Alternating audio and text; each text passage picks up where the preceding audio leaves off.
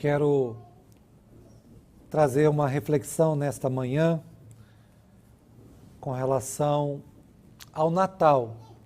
O verdadeiro sentido do Natal. Nós estamos aproximando da data 25 de dezembro, uma data que vem aí percorrendo por mais de 20 séculos. E nós vamos, hoje as crianças não vão ter ensino lá. Eu gostaria da compreensão das crianças que estejam prestando atenção. Embora nós estamos conectados com a mídia, mas eu trouxe aqui o material com relação a algumas dúvidas. Eu não vou expor tudo que eu trouxe aqui, mas logo após o culto aqui, os irmãos quiserem fazer alguma pergunta, eu trouxe o material aqui para a gente estar, né? Cada momento que nós estamos aqui, cada culto que nós fazemos desta data, que falamos desse assunto, sempre nós aprendemos um pouquinho mais.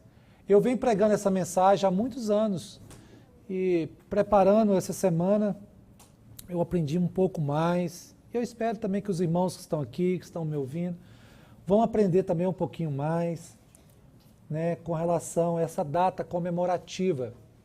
Amém? E o texto que nós vamos ler é o Evangelho de João, capítulo 1, vai ser projetado aqui. Eu vou ler somente 2 versículos para nós entendermos. Evangelho de Jesus Cristo, conforme escreveu o evangelista João, capítulo 1, verso 1 e o verso 14.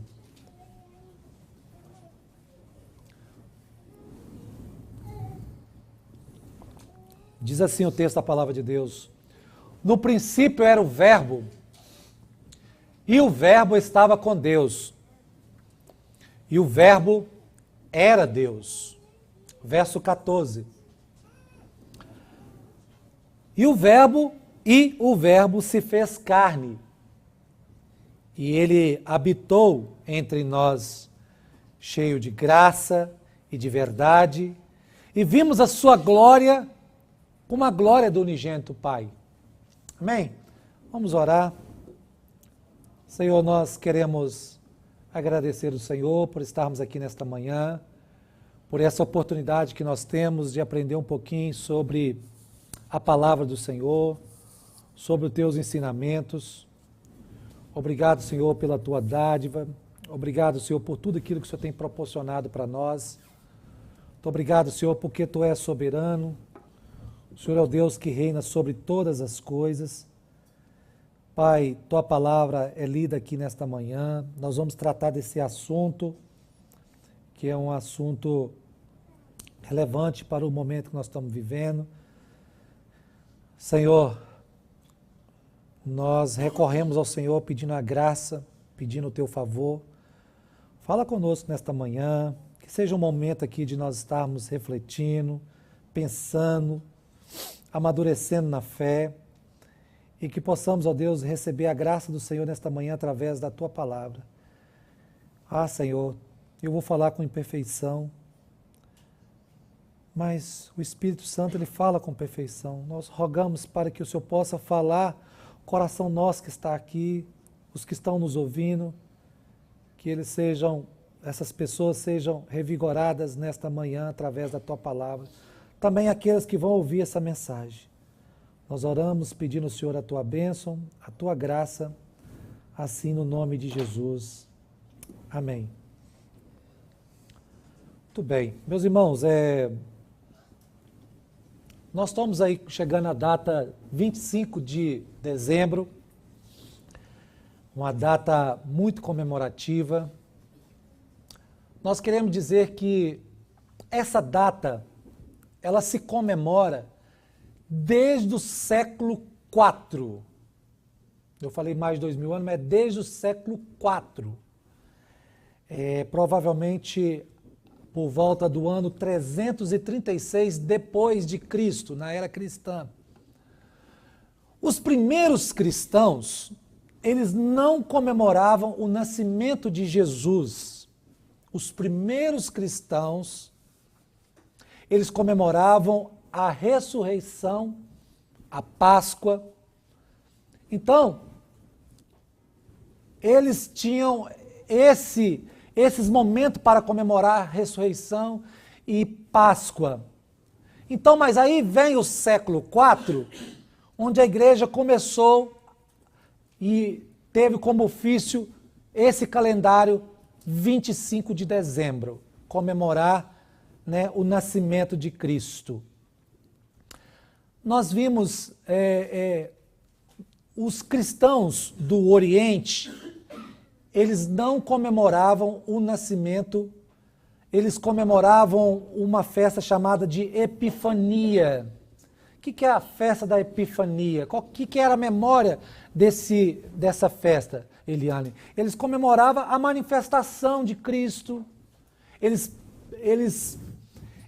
preparavam um momento para trazer à sua memória aquilo que Cristo tinha feito, seu ministério, suas curas, como que ele agiu aqui no mundo. Então, mas com o passar do tempo, esses mesmos cristãos do Oriente acabou se igualando à data 25 de dezembro, onde se comemora o nascimento de Jesus. Os apóstolos não comemoravam isso, mas o tempo foi se passando e nós vamos ver que muitas coisas que nós vemos aí nessa data comemorativa, são coisas culturais, coisas que não tinham princípio religioso. Mas o que aconteceu é que essa cristandade trouxe essas culturas para dentro dos seus lares, da igreja. Então, na verdade, nós vamos aprender nesta manhã sobre qual é o verdadeiro sentido do Natal. Eu sei que esta maior parte do mundo se comemora esta festa. Nós temos aí vários encontros familiares, nós temos também uma explosão comercial, nós temos viagens, reencontros, comida, bebida, festas. Fala-se até do espírito do Natal. Quais são os viés disso tudo? Dessas festas, viagens, reencontros familiares. Os viés são corações quebrantados. Nós vemos nessa data, principalmente nessa data, pessoas mais generosas, né? Pessoas que saem para outros países para levar presente, para aquelas pessoas que não têm. Mas nós precisamos, na verdade, recuperar em nós o verdadeiro sentido do Natal. Natal hoje, meus irmãos, ficou mais para uma festa comercial, uma explosão comercial, uma data de grandes faturações. Nós vemos pesquisas que essa data é a data que mais tem uma explosão no comércio. Mas o Natal hoje, se nós vermos a diferença como os cristãos comemoravam, hoje o Natal virou mais algo centrado no lucro, no comércio. Essa data Natal hoje ficou mais uma data antropocêntrica, onde o homem é o centro de todas as coisas. As pessoas muitas vezes se aparecem para receber elogios, aplausos. Então, hoje, Natal, que o princípio teve uma ideia boa, mas que foi se corrompendo com o passar dos anos, dos séculos, tornou-se uma festa muito antropocêntrica.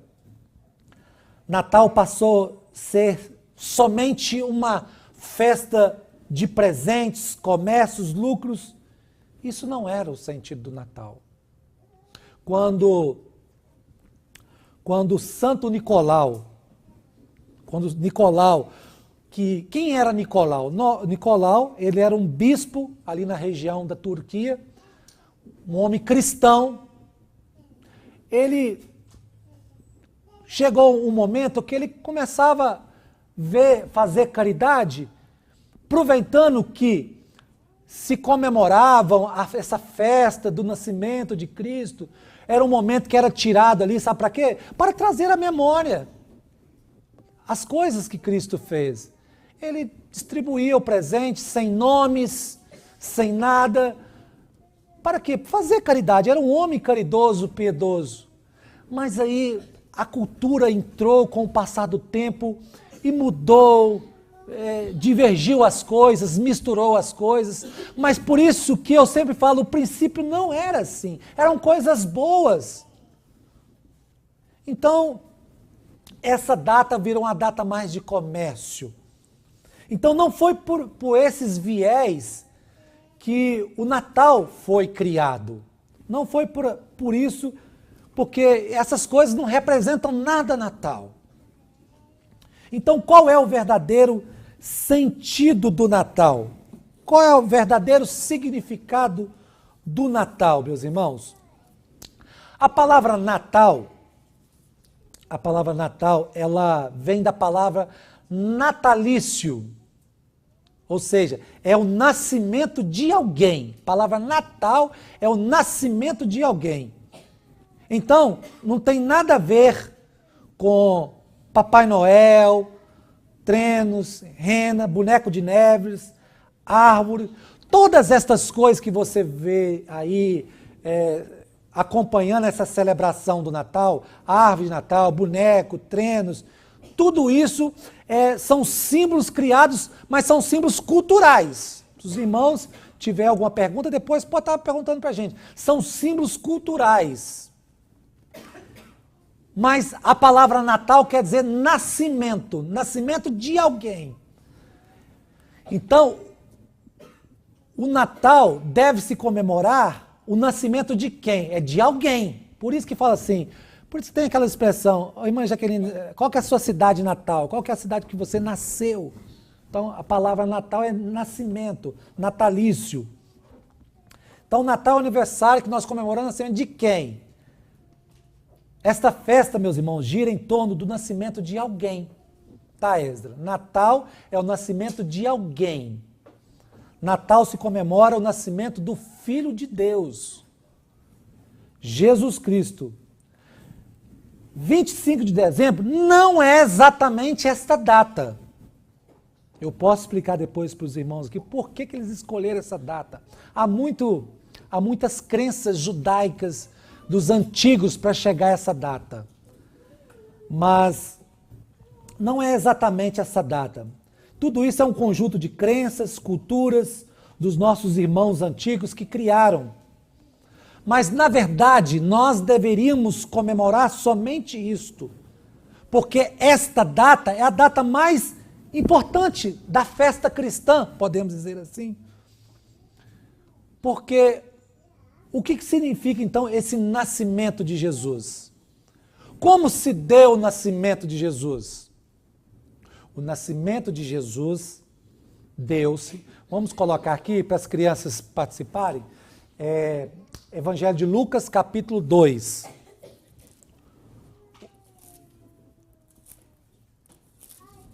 Vamos acompanhar aqui, Evangelho de Lucas, capítulo 2, a partir do verso 1. O nascimento de Jesus deu-se assim.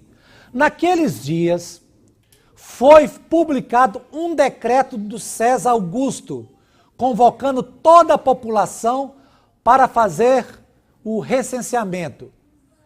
Então, era o seguinte, cada um deveria procurar a sua cidade dos seus pais, tá, Esdra? Eles deveriam ir procurar a cidade dos seus pais, por exemplo, porque não era na cidade, você deveria procurar, vou fazer uma conjectura aqui, eles deveriam ir no cartório daquela época, fazer o seu alistamento, porque às vezes as pessoas estavam numa cidade que não pertencia à cidade dos seus pais, não era aquela cidade. Então eles viajavam até a cidade natal, de onde eles nasceram, de onde os seus pais nasceram. E eles iam, e o viés de César Augusto era para quê? Para que houvesse um listamento. Porque através dessa lista, eles poderiam cobrar os impostos, eles poderiam fazer as chamadas militares, eles poderiam olhar as terras quanto que cada um tinha. Então, por isso que eles iam lá fazer esse alistamento. E Maria, ela estava grávida, certo? Junto com José, eles estavam na cidade da Galileia. Então, quando deu esse decreto para ir até no cartório, eles tiveram que ir para a cidade de Belém. Era a cidade natal deles, dos seus pais. Então, eles fizeram essa viagem. Quando chegou lá, para fazer o alistamento no cartório lá da cidade de Belém, Esdra e Lucas e Alice, chegou-se o dia de Maria dar à luz. E naquela época, nesse momento de fazer esse recenseamento, a cidade estava cheia. A população aumentava. Muita gente se deslocava de outras cidades para estar na sua certa cidade. Então, nesse momento, chegou o momento de Maria dar à luz ao filho prometido pelo anjo Gabriel. O anjo Gabriel visitou Maria por volta quando Isabel estava com seus 6 meses esperando João Batista. O anjo visitou ela e falou assim: olha, bendita é você, mulher. Bendita é, porque você vai ficar grávida e você vai dar à luz ao Salvador. Então, o que acontece? Chegou então o dia de Maria dar à luz e a cidade não tinha lugar para ela repousar, para ter um bom parto. Foi então que ela deu à luz ao menino Jesus. E a Bíblia diz que nesse momento ela envolva o menino em panos e coloca numa manjedoura, o lugar onde alimentava os animais. E o que acontece? Naquele mesmo momento, os anjos foram até o campo, fora da cidade, aonde havia alguns pastores nas vigílias da noite. A Bíblia fala das vigílias da noite, são 4 vigílias. A gente não sabe, a Bíblia não fala qual é a vigília da noite, mas a primeira vigília começava às 6 horas da noite. E a última vigília ia até às 6 horas do outro dia. Então é nesse período de 12 horas, apareceu-se os anjos, trazendo boas novas àqueles pastores. E a Bíblia diz que naquela mesma região havia pastores que viviam no campo, guardando o seu rebanho durante a vigília da noite. Verso 9. E o anjo do Senhor desceu onde eles estavam, e a glória do Senhor brilhou ali naquele campo.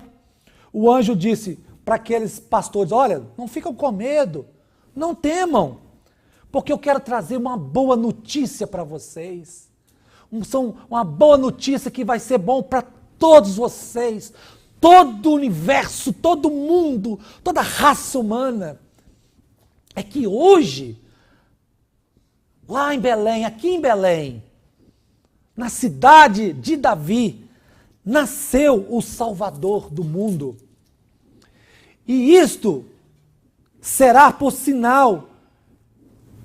Vocês vão encontrar uma criança envolvida em faixa. Eu vou dar uma dica para vocês. Essa criança está enrolada num pano e ela foi deitada numa manjedoura. O que é a manjedoura, Ezra? É aquele coxinho aí onde alimenta os animaizinhos, o carneirinho, o boizinho, tá? Tudo no diminutivo para as crianças entenderem. Então aí Jesus foi colocado no pano e colocado ali. E o anjo deu essa dica para os pastores que estavam pastoreando ali. E apareceu depois um grande exército de anjos que começou a cantar, louvar a Deus, dizendo: glórias a Deus, nas maiores alturas, paz na terra entre os homens, a quem Ele quer o bem. Então a Bíblia diz que os pastores, então, apressadamente eu estava estudando a geografia, isso deu mais ou menos até uma hora de distância, porque os rebanhos ficavam fora da cidade, eles estavam perto. Então eles foram lá adorar o menino Jesus, eles foram lá cantar louvores, e a Bíblia diz que já havia um povo ali, a Bíblia diz que todos que ouviram essas coisas que os pastores diziam, ficavam, e Maria, porém, guardava todas essas coisas no seu coração. Meus irmãos, então isso é o Natal. O capítulo 2 mostra aonde e como Cristo nasceu, o menino Jesus. E ele nasceu em um lugar aonde não era apropriado. Então, meus irmãos, isto é o Natal. Nós comemoramos isto. Nada mais do que isto. E a Bíblia diz que o Verbo se fez carne. O que quer dizer isto? O Verbo se fez carne. O Verbo é o Logos de Deus, a sabedoria de Deus. Então Jesus, quando João vai tratar desse assunto aqui no capítulo 1 de João, ele está chamando a atenção dos judeus e dos gregos. Os gregos davam muita ênfase à sabedoria e os judeus, à soberania de Deus, ao Deus triuno soberano. Então ele encaixa essas duas coisas quando ele diz, no princípio era o Verbo, e o Verbo estava com Deus, e o Verbo era Deus. Logo, Jesus é a sabedoria de Deus. Jesus é o Verbo de Deus. Então, no princípio, era o Verbo de Deus, a palavra de Deus, a sabedoria de Deus. Então, quando Deus disse lá em Gênesis 1:3, haja luz, ele disse isso com o quê? Com a palavra, com o Verbo. Então, Jesus, sendo a palavra de Deus, ele era o quê? O Criador do universo. Ele era aquele que criou. Então, logo, Jesus é o quê de Deus? Jesus é o Logos de Deus, a palavra de Deus. E Deus criou esse mundo com a sua palavra. E quem é a palavra? Cristo Jesus. Então, no princípio, quer dizer que lá na eternidade, o Verbo já existia. Na eternidade, antes de ele nascer na manjedoura, ele já existia lá na eternidade. Porque Cristo é de eternidade a eternidade. Então, antes de haver qualquer coisa criada, Jesus era o Verbo de Deus. Jesus já existia. Antes dele se materializar, antes dele se encarnar, ele já existia na eternidade. Por isso que o apóstolo João diz assim, no princípio era Jesus. Jesus é a palavra de Deus. Vou mais além. Jesus é Deus. Era isso que ele estava dizendo aqui no versículo 1. Então isso estava mexendo com os judeus. Isso mexia com os gregos. Porque Logos, todo mundo sabia, é a palavra, é a sabedoria. Então, aquela sabedoria ali agora, toda a sabedoria de Deus, se incorporou em uma pessoa só. Cristo Jesus. Então, por isso que ele vem e diz assim, e o Verbo se fez carne. Então, depois dele falar da existência de Cristo na eternidade, antes de todas as coisas, ele falando da beleza da criação dele, agora ele no verso 14, e depois desse assunto, ele vai falar, agora ele se fez carne. Isso mexeu com os judeus. Como assim um Deus se fazer humano? Meus irmãos, vamos entender isso aqui. O Verbo estava com Deus. Não só existia, mas estava ao lado de Deus. Nós sabemos que Jesus é a segunda pessoa da Trindade. Jesus já subsistia por toda a eternidade. Então, quando ele diz o Verbo era Deus, ou seja, o Verbo não só subsistia, mas o Verbo é Deus. Ele é Deus. O Verbo faz parte da Santíssima Trindade. Então, logo, Jesus é o quê? Deus. O nosso Jesus, Alice, o nosso Jesus, Esdra, o nosso Jesus, Lucas, que nós servimos, ele é Deus. Fixa isso na sua mente. Jesus é Deus. Pronto. Aí agora vai passar para o verso 14. O verso 14 diz assim, depois de falar desse Deus que Jesus vestia, ele fala, então agora o verbo se fez carne.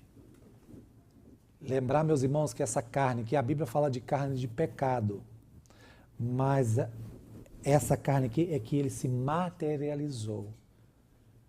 Ele não deixou a sua glória quando ele se materializou. Porque senão nós vamos entrar numa filosofia onde foi muito discutido, aonde diminuía Deus, aonde nós vamos dizer que Deus foi criado. Não. Ele não foi criado, ele é Deus. Ele já subsistia antes de todas as coisas. Mas ele se fez carne. Ele se fez carne. Então ele tinha sua glória como um Deus triuno. Então se fez carne, se fez homem. O verbo tornou natureza humana. Ou seja, aquele que era invisível tornou-se agora visível. Então como que o povo, como nós podemos conhecer Deus? Nós conhecemos Deus através do quê? Da pessoa do Senhor Jesus Cristo. Logo, ele é Deus. O que significa isso, então, meus irmãos? Isso significa Natal, nada mais. Natal é o nascimento de alguém. Nascimento de quem? Jesus. Então, logo, Natal é o quê? É a encarnação do Deus invisível, tornando-se visível. Nós comemoramos a encarnação de Cristo. Vocês lembram quando eu comecei essa mensagem? Que eles não comemoravam a encarnação. Então, a partir do século IV, que eles começaram a comemorar a encarnação, o Natal. E esse era o viés. Por que eles comemoravam o Natal? Isso tinha toda uma simbologia, uma educação, tinha toda uma didática para ensinar o povo.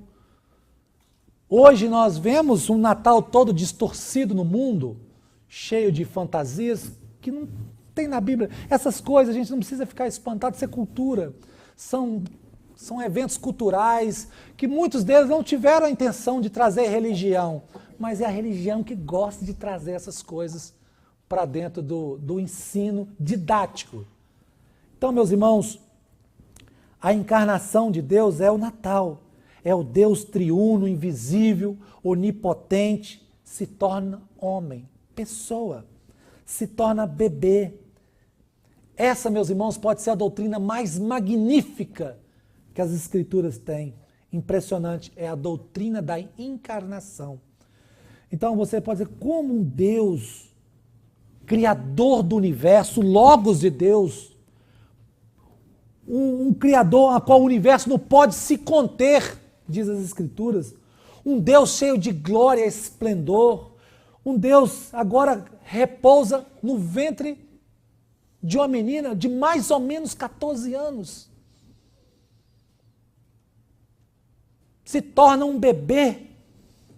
Isso é a doutrina da encarnação. Comemorar Natal, meus irmãos, é comemorar a encarnação do Deus invisível que tornou o visível. Meus irmãos, o Natal foi criado, sabe por que o Natal foi criado? O Natal foi criado para combater muitas heresias. Quando você afirma Jesus é Deus, você está debatendo contra heresias que estavam rondando no meio da igreja. Aonde dizia que não, Jesus é um Deus inferior, é um Deus criado pelo Deus Pai. Ele é um Deus, mas é um Deus inferior. Não. Logo Jesus, ele é só um espírito. Porque havia uma filosofia, um ensino, dizia que a matéria é má, mas o espírito é bom. Então logo Jesus não era matéria, é só espírito. O agnosticismo dizia isso. E se você anular a humanidade de Cristo, a encarnação de Cristo, logo ele não veio para nos substituir. E outra coisa, que eu vou dizer mais que espírito não paga pecado. Espírito não sangra. Sem derramamento de sangue, não há remissão de pecados, diz as Escrituras. A Bíblia fala sobre isso. Então, por isso que ele teve que se encarnar. Por isso que ele teve que tornar pele humana. Meus irmãos, isso é o Natal. Então, quem era o Verbo? O próprio Deus, que se fez carne. Então, há 2000 anos atrás, historicamente, teologicamente, oculamente, biblicamente, na cidade de Belém, nasceu o Senhor Jesus, o nosso Salvador. Isso é Natal. E só isso. É isso que nós devemos comemorar. É nisso que nós devemos celebrar. O Deus invisível que tornou visível. Isso é Natal. Deus agora tem dedos, braços, nervos. Deus agora vai pisar nesse solo. Vai andar no meio dos homens. Vai transpirar. Vai chorar. Vai ter sono. Vai ter fome. Deus agora vai comer da nossa comida. Vai beber da nossa água. Vai comungar com nossos pecadores. Isso é Natal. O apóstolo Paulo, no livro de Colossenses, vai dizer que nele habita corporalmente toda a plenoma, toda a plenitude de Deus. E como eu disse, meus irmãos, por que João escreve o seu evangelho? Por que o apóstolo Paulo fala muito da divindade de Cristo? Tudo isso para responder e defender a cristologia de Cristo. A divindade de Cristo. Eu disse para os irmãos aqui que havia muitas correntes que estavam misturando no meio da igreja. Uma delas era o arianismo. Entre o século I e II, surgiu essa heresia dizendo que Jesus não era Deus. Ele não era divino como Deus. Hoje nós vemos até hoje religiões que negam a divindade de Cristo. Temos por aí. Disse aqui que o gnosticismo dizia que, não, matéria, esse corpo é mau. Então, se logo esse corpo é mau, Jesus não encarnou. Por isso que o apóstolo João e Paulo vai falar muito sobre a encarnação de Cristo. Nele habita toda a plenitude de Cristo. Então, eles diziam que Deus é só um espírito. Os irmãos sabem quem proclamam isso hoje. E a Bíblia diz em 1 João, capítulo 4, diz que todo espírito não confessa que Jesus Cristo veio em quê? Em carne. Esse é o quê? Espírito do anticristo. Isso é o anticristo. Então, por isso que o apóstolo João, na sua carta, o apóstolo Paulo, vai debater essas heresias. Falar da divindade de Cristo. Meus irmãos, e o tempo se decorreu. Havia muitos debates na época da era cristã. No ano 450, houve uma assembleia, uma reunião chamada a Reunião de Calcedônia, ou Concílio, aonde foi defender essa cristologia de Cristo, onde dizia, o verbo se fez carne, o verbo Deus fez carne, homem. Jesus é 100% Deus e 100% homem. Irmãos, que nós vemos nesse debate? Isso é o Natal. Comemorar Jesus 100% homem, 100% Deus, isso é o Natal. É nessas coisas que nós devemos debater, aprender. Então, meus irmãos, foram esses debates. Por exemplo, Jesus sentiu frio e calor, homem. Jesus nunca pecou, Deus. A gente chama isso de união hipostática. É a união onde a gente tratou muito-se dessa divindade de Cristo. Então essas coisas foram importantes, meus irmãos. Essa defesa foi importante para que a igreja pudesse ter essas doutrinas que nós proclamamos hoje. Ainda assim que nós proclamamos, há muitas pessoas que querem se desviar dessas doutrinas, proclamando heresias no meio da igreja, debates no YouTube, essas coisas, e por aí vai. Meus irmãos, Natal é a encarnação de Cristo. É o Deus se materializando na história do homem. Ele mesmo que fez tudo, ele que criou todo mundo agora, ele entra no nosso tempo. Isso é o Natal. O Criador no universo se faz parte da criação, do Cronos, do tempo do homem. O imortal agora vai se tornar mortal. O sobrenatural. Isso é o Natal, meus irmãos. Natal é a encarnação do Deus. Por que que o verbo se fez carne? Por que que o verbo se fez homem? Por que que ele encarnou? Por que que ele se encarnou? Ele se encarnou, meus irmãos. Uma das coisas é para sentir as nossas dores, sentir as nossas tentações. Ele vê o que nós passamos aqui nessa terra.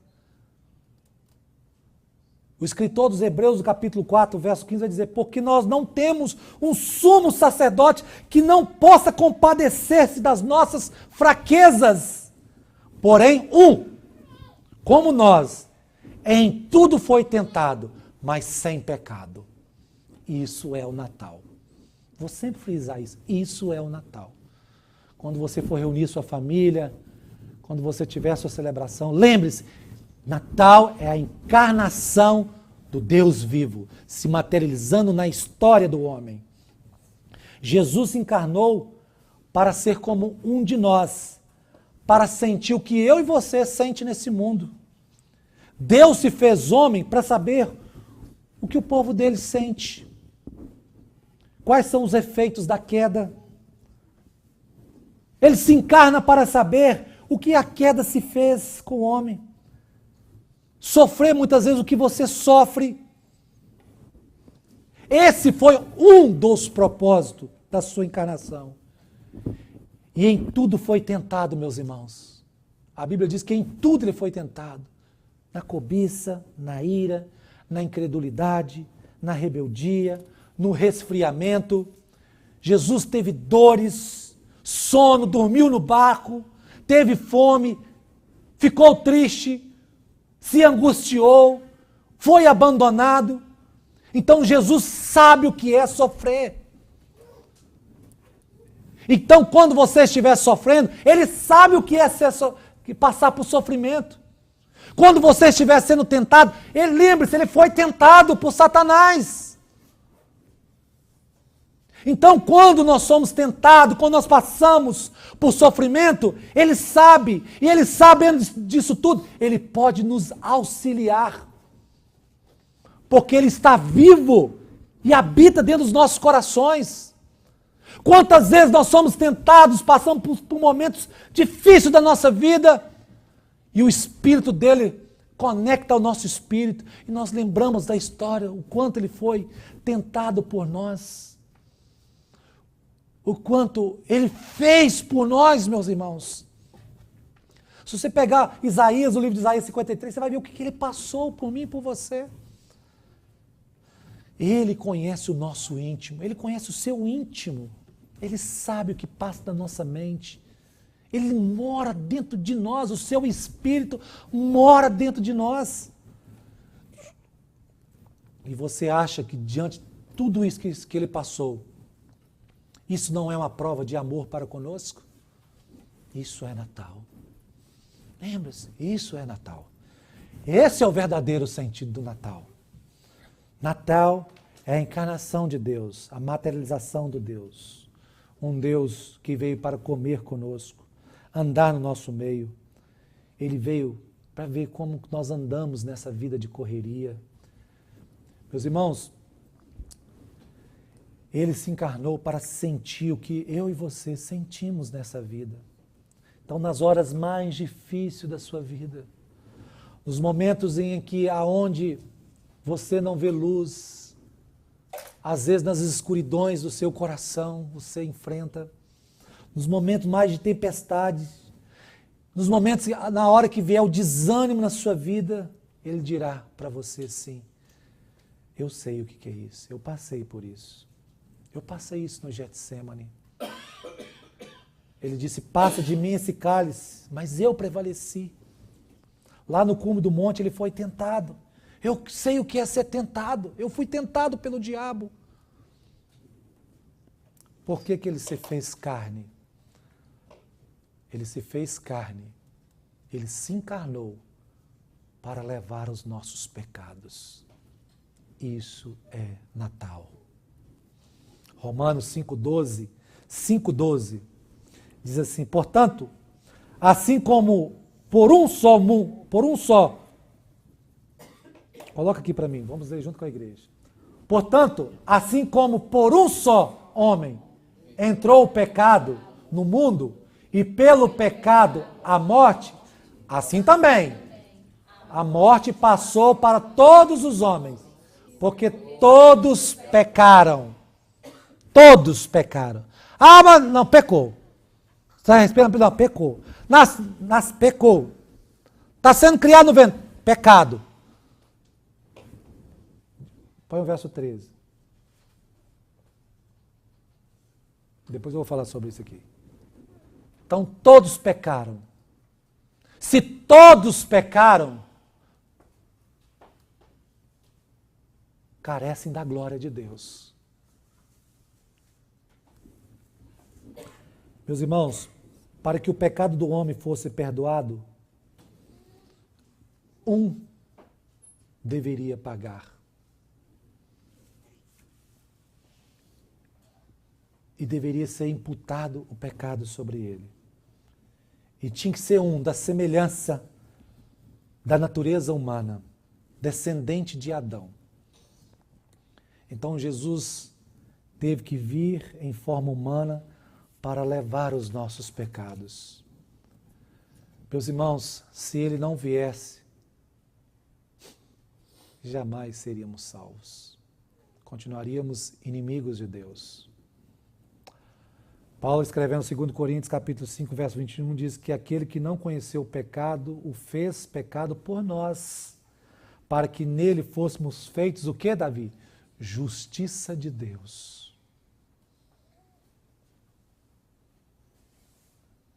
Se hoje nós temos algum mérito diante de Deus, é por causa do Natal, por causa da encarnação de Cristo. Porque ele veio, sabe por que ele veio? Ele veio para morrer. Ele veio para pagar os nossos pecados. Ele veio para levar a ira de Deus sobre si. E uma vez vencido, e uma vez que ele vencido, que ele venceu, Deus, a Bíblia diz que agradou moê-lo. Deus recebeu o sacrifício dele. E toda a justiça de Cristo foi imputada em nós. Nós agora temos paz com Deus através desse Natal, desse nascimento, dessa encarnação. Só por isso. Então não tem nada a ver com Papai Noel. Tem nada a ver com árvore de Natal. Essas coisas são culturais. Nós não devemos dar nem o mínimo valor dessas coisas. Ah, eu vou reunir na minha casa. Ó, vem cá, eu vou falar. Está aqui a árvore de Natal, está aqui uns presentes. Mas isso aqui são nós. Agora eu quero trazer à sua memória o que é o verdadeiro sentido do Natal.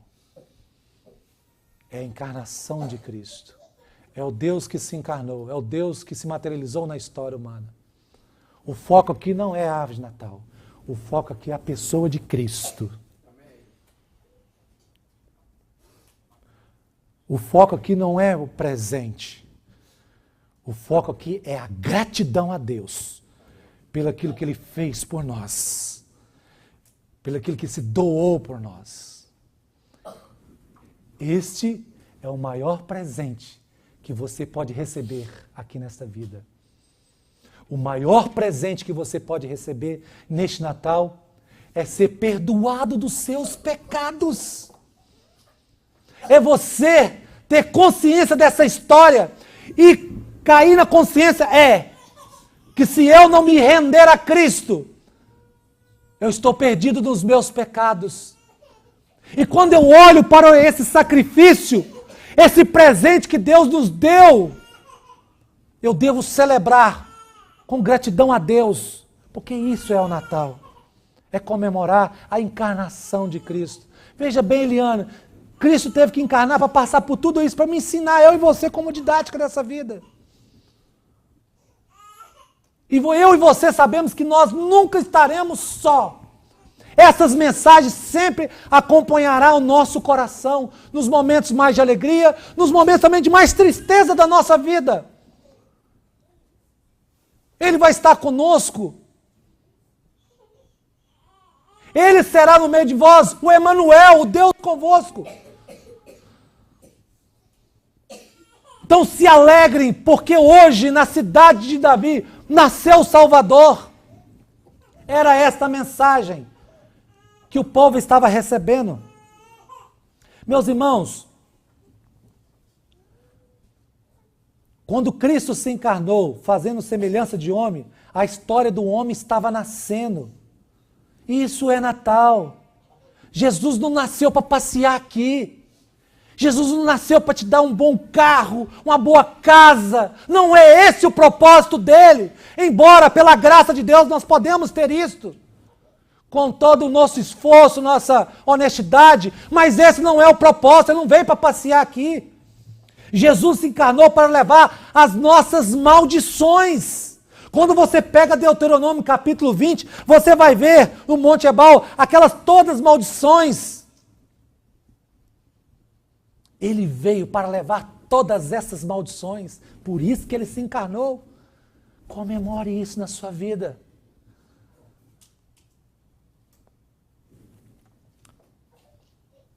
Nós, meus irmãos, como diz aqui, nós quebramos toda a lei. Nós éramos malditos. E ele veio. Ele veio, se encarnou, sofreu, foi preso, levado como ovelha muda ao matadouro, foi crucificado. E hoje nós cantamos, foi na cruz, foi na cruz. Isso é Natal. Jesus se encarnou para levar a nossa culpa. Anjos não pagam culpa, meus irmãos. O pecado habita na carne. Hebreus diz que nós recebemos a justa retribuição. Paulo vai escrever aos Gálatas, diz que Jesus, Cristo, nos resgatou dessa maldição da lei, fazendo-se maldição por nós, porque está escrito, maldito todo aquele que for pendurado no madeiro. Espírito não pode ser pregado. Deus teve que se fazer homem, fazer carne. Isso é o Natal. Por que ele se fez carne? Para a nossa salvação. Mateus escrevendo diz que o povo que andava em trevas viu uma grande luz. Neles resplandeceram a luz. Paulo diz em Romanos que a lei não salva, a lei serve de instrutor, aio, para levar você até Cristo. Porque a lei foi criada para revelar quem é você. A lei foi dada para revelar o nosso pecado. A única força que a lei tem sobre nós é nos condenar. Então, depois de 4.000 anos, o anjo Gabriel chega para Maria e diz: a virgem conceberá e dará à luz um menino e colocará o seu nome de Jesus, porque ele salvará o mundo dos seus pecados. Isso é Natal, Esdra. Por isso que ele se fez pecado. E ao terceiro dia, depois de ter morrido na cruz, ido ao túmulo, ao terceiro dia, ele ressuscitou para a glória de Deus. E a Bíblia diz que ele foi colocado num coxo, na manjedoura, lugar sujo. Uma reflexão aqui para nós. Quando Cristo chegou em nós, como era o nosso coração? Sujo. Com toda a podridão desta vida, com todas as maldições. Ele nasceu.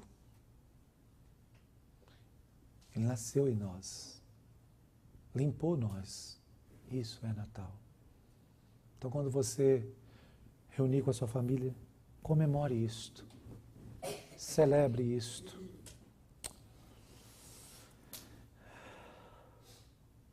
Passou-se.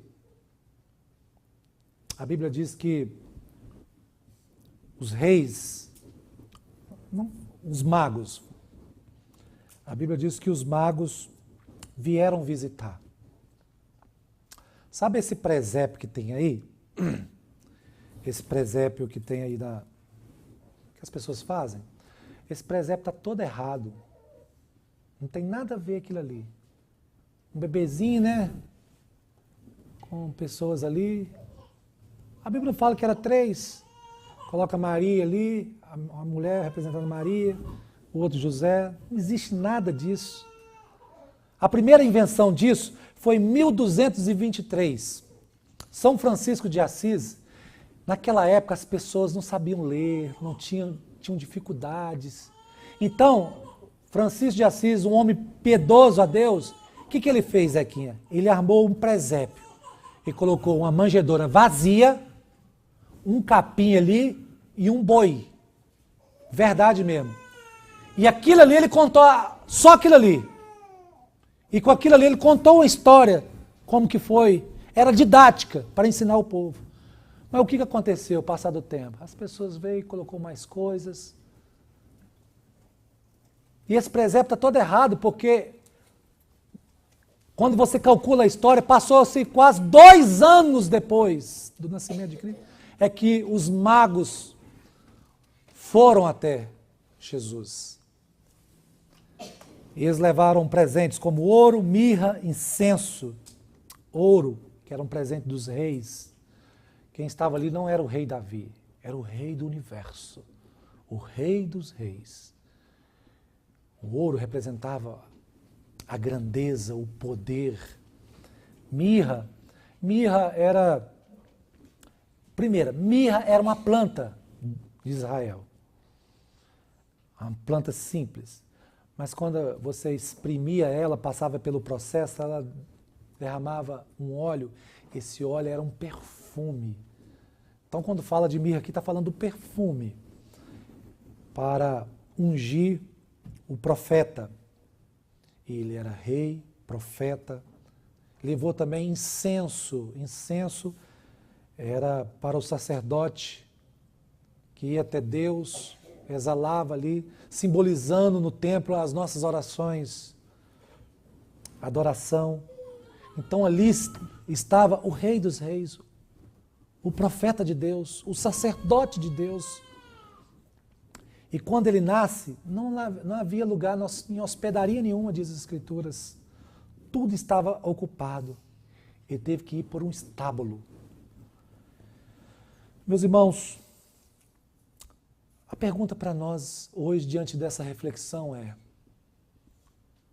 será que há lugar para Jesus no nosso coração mesmo? Ou o nosso coração está lotado, como as hospedarias de Belém? Não tinha lugar para ele nascer, porque estava tudo lotado, tudo cheio. Como está o seu coração nesta manhã? com relação a essa história. Como está a sua vida diante de Deus? Será que nós temos tido espaço na nossa vida para Jesus reinar em nossos corações? Ou o nosso coração está lotado com as agendas desse mundo, com os prazeres desta vida? Compromisso, prazeres, coisas materiais, coisas atrativas, ganâncias, mazelas. Será que o meu coração, o seu coração não está como os alojamentos de Belém? Deus estava se encarnando na cena naquela época. Mas naquela cidade não tinha lugar para ele. Será que tem lugar para ele no nosso coração, na sua casa, nos seus negócios, nos seus relacionamentos? Os magos, eles viram a estrela. E eles foi até onde a estrela parou. Chegou lá, eles adoraram. Eles não adoraram a estrela. Eles não adoraram Maria. Eles não adoraram José. Eles adoraram o menino Jesus. E quando ele nasceu, Herodes rejeitou, se enfureceu. Será que não tem alguém aqui que está me ouvindo que está rejeitando Cristo? Será que tem alguém que está me ouvindo que está rejeitando a pessoa de Cristo? Será que tem alguém que está me ouvindo aqui que está com seu coração cheio dos prazeres deste mundo, dos compromissos, das agendas desse mundo? Por isso não tem lugar, não tem tempo para Cristo, para Jesus. Como está o seu coração nesta manhã? Será que o seu coração não está como aquele coxo sujo?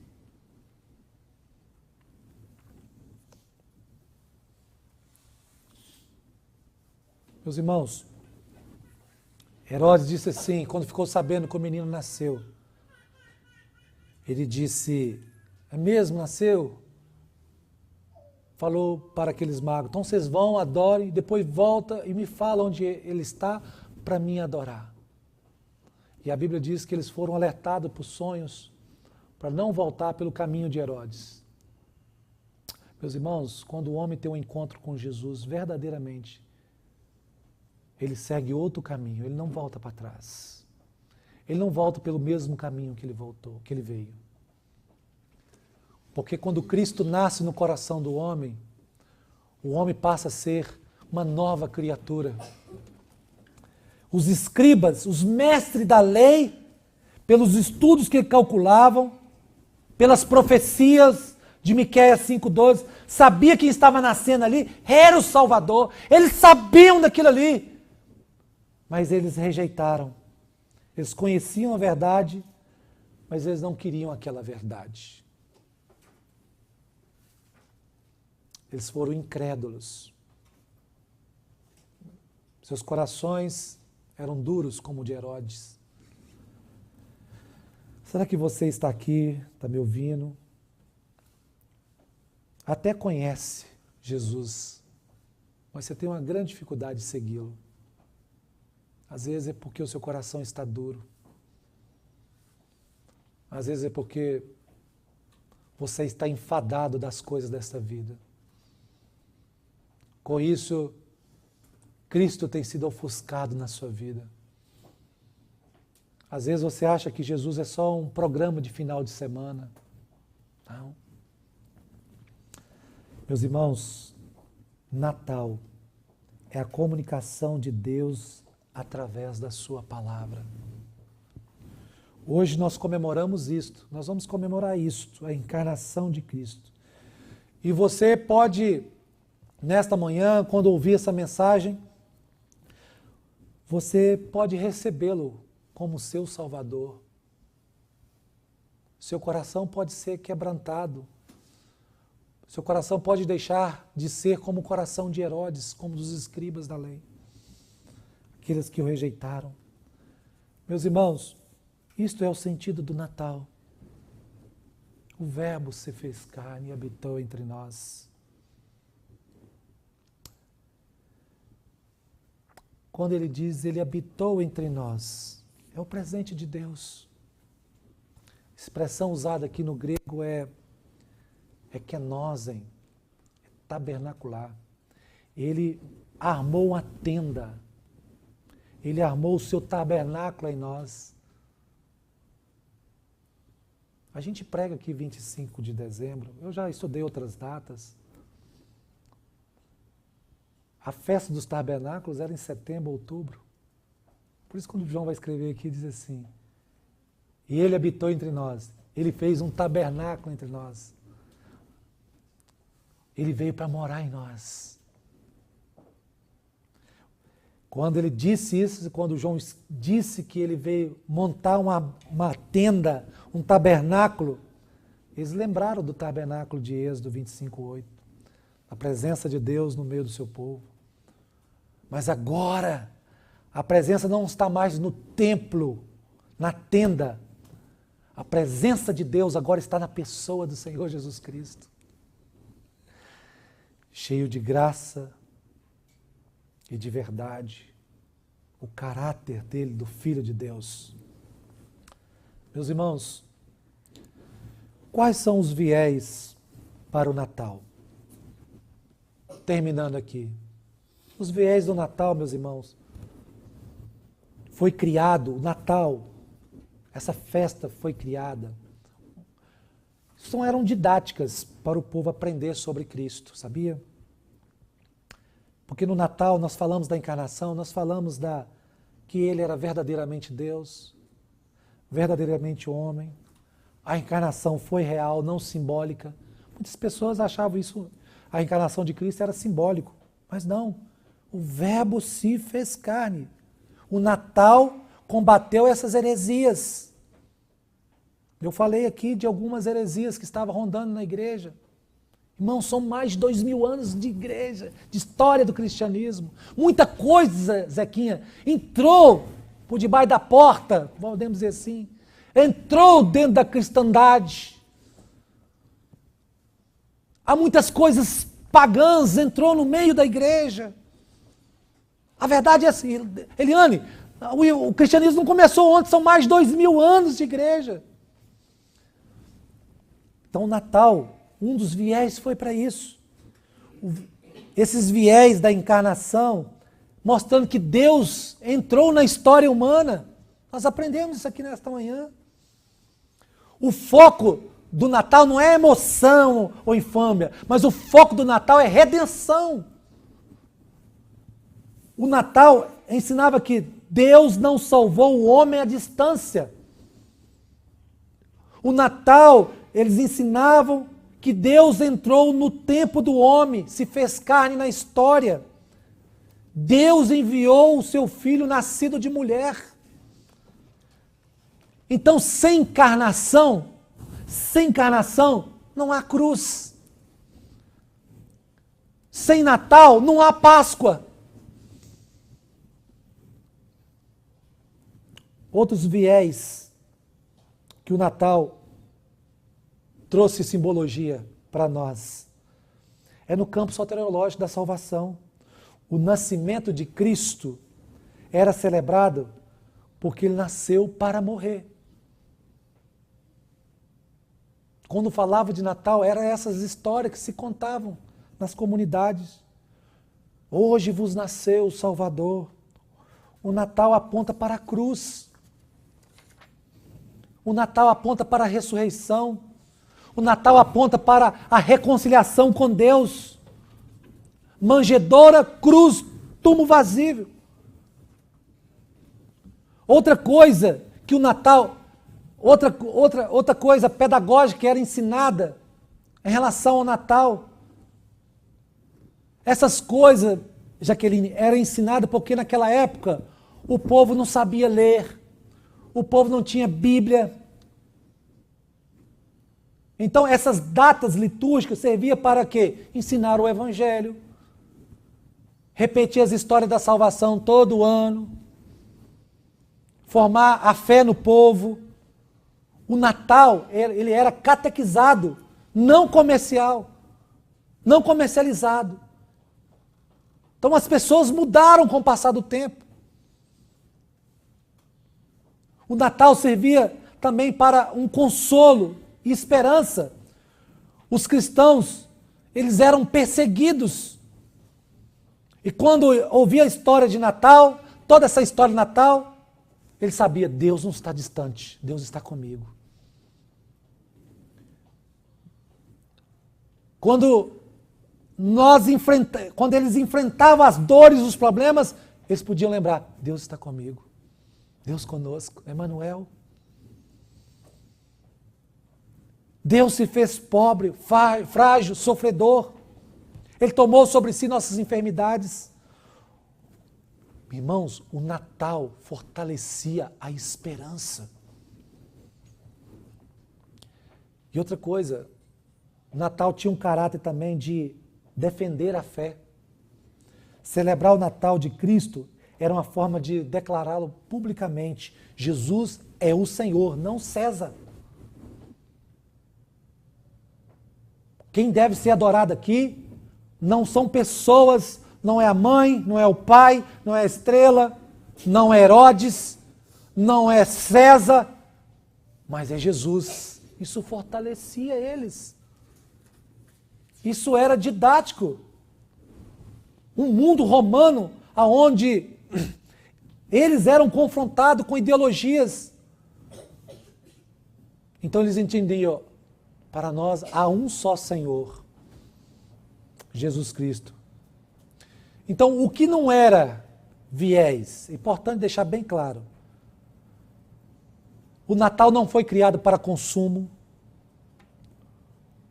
para troca de presentes, para folclore, sentimentalismo. Os irmãos, na história, por volta do século 2 para 3, eles adoravam o Deus Sol. Aí, com o tempo, eles, não, Jesus, ele é o sol da justiça que está lá em Miqueias. Eles estavam correndo desses paganismos, trazendo coisas boas. Então, o Natal em si é a coisa boa, onde você pode celebrar com alegria, trazendo as histórias de Cristo, como os nossos irmãos faziam nos primeiros séculos. O Natal ele foi criado para você proclamar a encarnação do Deus e sua obra salvadora. Isso não era um mandamento bíblico, mas era um testemunho. Amém, meus irmãos? Há muitas coisas que nós temos aqui, nós trazemos para, às vezes os irmãos tiverem alguma dúvida, pode estar nos procurando. Como surgiu a árvore de Natal, como surgiu essas coisas. Isso não tem nada a ver, isso é cultura. E as pessoas que criaram isso, criaram debaixo de uma cultura, não debaixo de religião. Mas, com o tempo, o cristianismo começou a trazer essas coisas para o campo religioso. Amém, meus irmãos?